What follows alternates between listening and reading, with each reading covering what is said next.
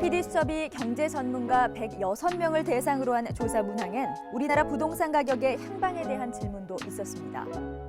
응답자의 47.2%는 지금보다 하향 안정화될 것이라고 답했고 27.4%는 일정 기간 후 다시 상승할 것이라고 답했습니다. 재건축이 됐건 재개발이 됐건 기존 주택이 됐건 현재의 상황에서는 아주 높은 수익률을 기대하기는 좀 어려운 측면들이 좀 있거든요. 물론 이제 현실적으로 좀 고점 대비해서 굉장히 많이 떨어진 그런 그 급매물이나 이런 것들은 향후 좀 올라갈 가능성들이 있겠지만 대다수 부동산 자체는 지금 현재 상황에서도 더 떨어질 가능성들이 좀 더 현재로서는 더 많다라고 보여지기 때문에. 상황이 이런데도 일부 언론은 아파트 구매를 독려하는 듯한 광고성 특집 기사를 연일 게재하고 있다. 그 이면은 부동산 경기 재부양과 아파트 값의 반등을 원하는 이들의 뜻이 녹아 있다. 아직도 거품이라는 아파트값, 다시 올라야 하는가?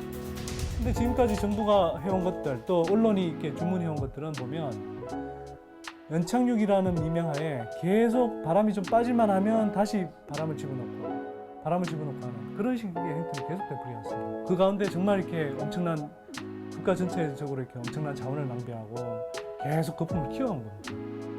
지금도 늦지 않습니다. 어떻게 보면 마지막 기회입니다. 단 한 채의 집도 가지지 못한 국민이 약 40%다. 그들에게 아파트는 지금도 오르지 못할 성이다. 엄마 떨어져도 돈 없으니까 의욕은 가지고 있지요.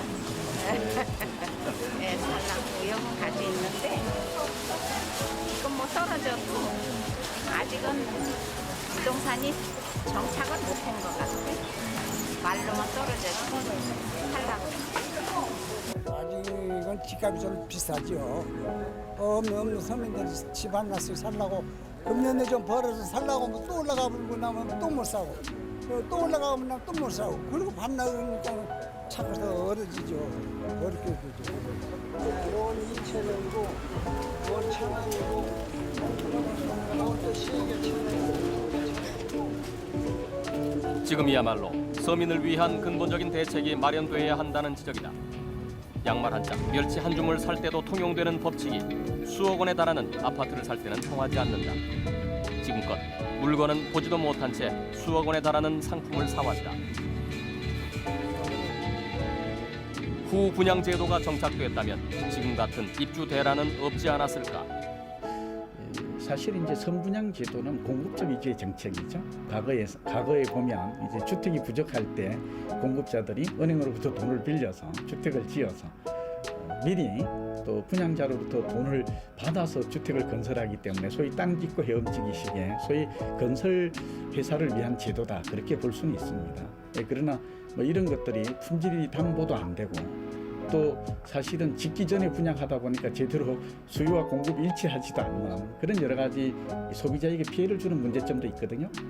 이때야말로 아파트를 후분양하는 그런 과감한 결단을 지금 내릴 때가 됐고 아파트가 80% 건설이 됐거나 아파트가 다 건설된 다음에 구매 여부를 소비자가 판단할 수 있게 하는 그런 정책을 도입한다면 그러면 그 소비자가 지금처럼 분양가가 떨어져서 피해를 보는 일도 없어지고 또 공급자와 소비자 누구에게도 손해나 이익이 상충되지 않는 균형 잡힌 정책으로 자리매김을 할 수 있다.